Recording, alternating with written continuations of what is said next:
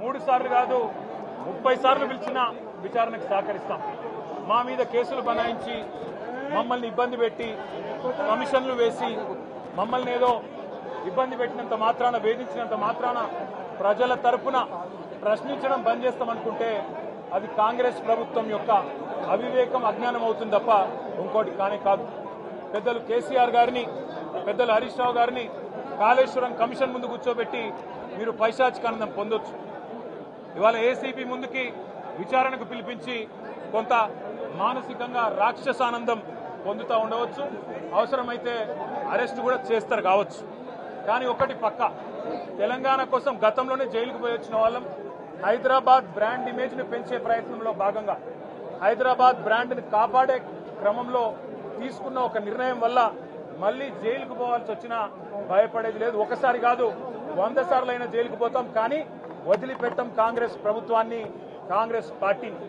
మీరిచ్చిన 420 హామీలు, మీరిచ్చిన దొంగ 6 గ్యారంటీలు, మీరిచ్చిన డిక్లరేషన్లు ఇవాళ మీరు లోకల్ బాడీ ఎన్నికలకు సిద్ధమవుతా ఉన్నారని చెప్పి వార్తలు వస్తూ ఉన్నాయి. రేవంత్ రెడ్డి గారు నిన్ను మొత్తం రాష్ట్రంలోని బీసీ వర్గాల ప్రజలందరూ గమనిస్తున్నారు.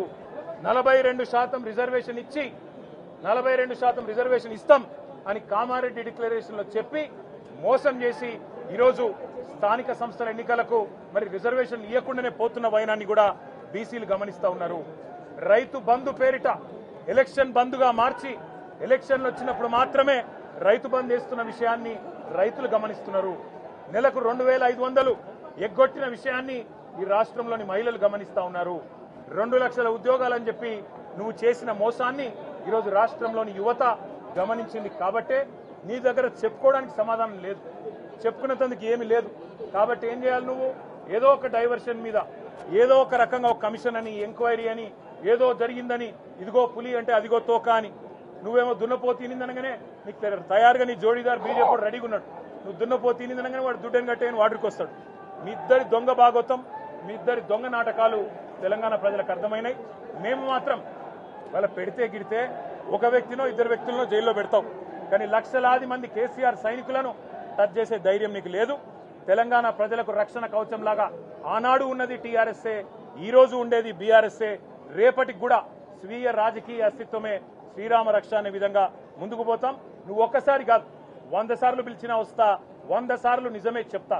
నువ్వు లై డిటెక్టర్ పరీక్షకు నీకు దమ్ముంటే నువ్వు మగాడివైతే రా, రాష్ట్ర ప్రజలందరూ చూస్తుండగా లై డిటెక్టర్ కూడా రెడీ. నువ్వు ఒక కేసు కాదు ఇంకో 1000 కేసులు పెట్టినా మేము ప్రశ్నించడం బంద్ చేయం, కొట్లాడడం బంద్ చేయం, తెలంగాణ ప్రజల తరపున నిలదీయడం బంద్ చేయం. నువ్వు వేధింపులతో, కేసులతో ఏదో సాధిస్తాననుకుంటే నువ్వు సాధించేదేమీ లేదు. అన్నిటికీ తెగించే కొట్లాటకు ముందుకొచ్చినాం, తప్పకుండా అన్ని ఎదుర్కొంటామని చెప్పి మీ అందరికి తెలియజేస్తూ థ్యాంక్ యూ.